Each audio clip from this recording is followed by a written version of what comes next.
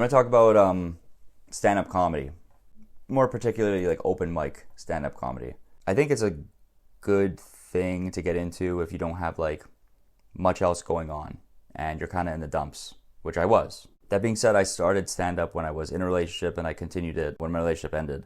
One of the main things for me, I'll say, that could be beneficial for you is it's a good social circle.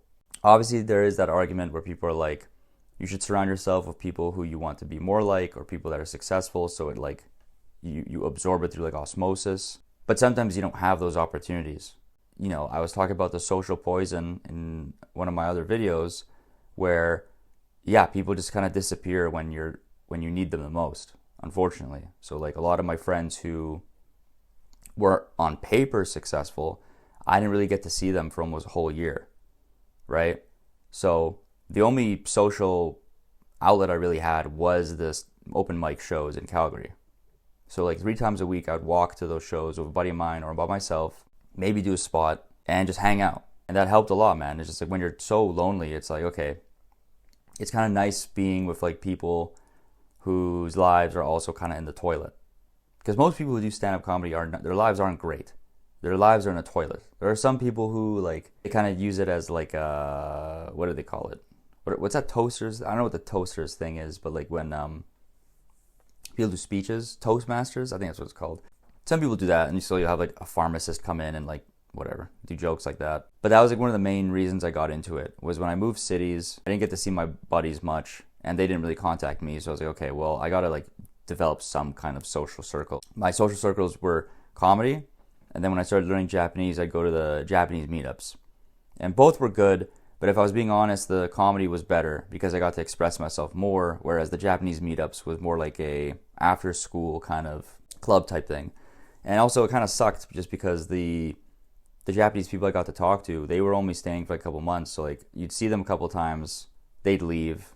They didn't really want to like maintain contact because, I mean, you know, they're in a completely different country and they got their own lives. They don't really care that much. Stand-up comedy was my main social thing, so, and anyone can join it. That's the thing that's cool. It's like you don't have to be like you can be like someone who's never done it. You can be someone who used to do it and come back to it. Like, you don't get really ostracized for the most part. I mean, this is very like city and scene dependent. Calgary's scene is very welcoming, very awesome people. Edmonton's, I don't know. I haven't had good vibes of the Edmonton scene, if I'm being honest. So I haven't like done comedy much here. But the Calgary scene was amazing. Really good people there. So if you live in Calgary by chance and you're listening to this and you're interested in comedy, you should definitely get into it. But the social aspect thing, yeah. Like I met a guy that ended up being my supervisor at my job that I currently work. Point is, very good if you are in the dumps and you need like a new social group just to feel better. Another thing is, when you're doing open mic comedy, it's very much you. Comedy is like so intimate because it's like your personality, your humor, you on stage. You can't hide behind anything. So when you die on stage, people hate you. It's very personal. And like the first times you bomb, they are like daggers in your brain because you're like, I suck. I should kill myself. Well, I shouldn't say that. But, you know, I suck. I'm awful. This is poop. I have no swag. But the reality is people forget like 5 seconds after you're done your set who you are. So you can like eat ass, and people do, for a year, every week. And people will not remember. Usually. But I think it's good. It's a good experience to do that. I think there's like a multitude of things that are like stand-up comedy. Kind of test you as a person. I think doing the trades is one of them. Comedy, as I mentioned, is one of them. I think doing sales would also be that, because it's like those 3 things are very much like you. It's like you like as yourself. When you like let yourself be open to criticism in that sense, it hurts. It hurts a lot, and I think you need that because, you know, if there's some things if there's quirks about your personality that people don't like, you kind of, and you're not too sure what they are.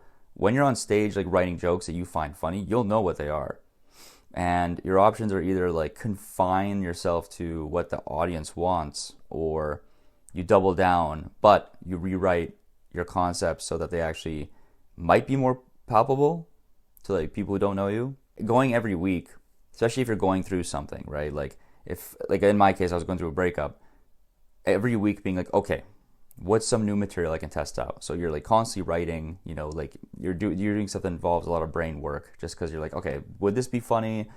Maybe I'll try this, maybe I'll try that. And you can like, your level of involvement in the scene can be as much or as little as you want. Like I personally did it very infrequently. Like I would go maybe once or twice a week, if that. I have friends that are sober and they go 5 days a week. Like their whole life is about doing comedy. And that helps them deal with their sobriety. That helps them deal with their depression. Me personally, I just like the social aspect, and the fact that like when I do go on stage, people sometimes mess with my ideas. And even if those sometimes don't work, I like that too. But when they do, when the dots align and it like works out, it is a great feeling, man. It is a great feeling when you're killing it and you're just like, I'm the best. My dick's 15 inches long. And it also makes you think about like things in a funny way. Like sometimes you'll be, when you're like doing the mundane stuff, like going to the grocery store, getting a coffee, it's just nice when like a thought like, like, you know, if you're like a naturally funny person or you like think about things in a weird way, it's nice to know that you can like use that for something instead of just, here's a funny idea and then it's gone. Whereas now when you do stand up, you're like, oh, here's a funny idea, let me write it down.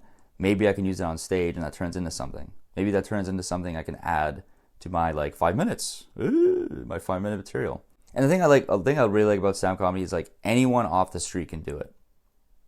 When I was DJing and stuff, it took me forever to play like a club show because you have to play the right music, you have to sell a certain amount of tickets, the manager has to like you, and if the manager doesn't like the music you play, you're never gonna get a shot. It takes a lot of time. But with comedy, all you have to do is sign your name up or message the guy who runs the show, be like, hey, I'm a new comic, I'd like to try, can I do your show? And unless like they're an asshole, they'll let you do the show. And that's something I wanted to mention actually regarding people who are assholes in comedy is each scene is different, like I mentioned. So like Edmonton's scene is different than Calgary's scene, as an example. Edmonton's scene, from my experience, not as welcoming as the Calgary scene. I'm sure if someone from the scene heard me say that, they'd be like, but that's my experience. I think that's a good thing too. Like it's good to be in a scene where like you kind of have to deal with like weird, cerebral, like people, guys that take things personal for no reason, right? Like if you're kind of shy and you didn't say hi to them one time, they'll think that you're a rude person forever just because you were like kind of shy that night. But I mean, that's with anything. You go anywhere, if you're like a reasonable dude, people will still hate you. It just, that doesn't really change. It's just how it is. But I'm glad it's like that because obviously I don't think it's good to be friends with everyone anyway. I think it's good to have like a niche circle, like a small circle. And eventually if you show up enough and people see that you're treating the craft with like when I say treating the craft with respect, I mean like not being like an asshole, actually trying to write material instead of like just being like a dickhead on stage. That being said, like you should express yourself. Like you shouldn't like confine yourself to like, oh, A plus B equals C, this is my comedy routine. No, you should definitely do like what you want to do. Don't like waste people's time is what I'm trying to say. Like if you're gonna go on stage, at least try to make something coherent that it's like an actual set instead of just like I'm the meme lord, whatever. Because some people do that and it like bothers other people, right? And then you'd be surprised, man. Like I feel like doing stand-up like will benefit you in ways you wouldn't imagine. Like for one, you get a social circle. 2, your confidence goes up because like you're forcing yourself to like go on stage, which is very nerve-wracking for many people. It was for me at the start. Now it doesn't bother me. I can go on stage in front of like 50 people and like slap my ass cheeks. It wouldn't make a difference. That goes into like first dates, that goes into job interviews, even like cold approaching people in real life. Like I'm way better with that. I used to like be very anxiety filled if like I had to ask a girl, like for example, how many sets she had left on like a squat rack. Whereas now it's like I can actually smile at girls and like, there's the whole social icebreaker thing. It's significantly dampened because I started doing stand-up. And I do genuinely believe you would find yourself in a similar position like that if you ended up pursuing it as like a hobby. So I think it's one of the best ones just because it takes no time. You can just like go into it. It forces you to get out of your house like a couple times a week. So it hits like all the metrics of like a good hobby. One thing I would say though is that like they all take place at bars. So it's very easy to fall into like having 2 to 3 beers or whatever, like 3 times a week. So just be cognizant of that. And I don't mean that because becoming an alcoholic. I just mean it's expensive. Like we did the math on like some of the guys, and one of my buddies is spending 18 grand a year on booze because of the comedy shows, which is like, that's insane. That's so much goddamn money. I didn't do the math on mine because I was like, oh God, I can only imagine what mine was. So like, I will admit I've cut it about a little bit just because it's like killing my wallet. But anyway, that's just what I want to talk about. To think about doing stand-up, figure out who runs the shows, figure out where they happen, talk to people. Just try it out, man. You never know where it might lead. That's it. Peace.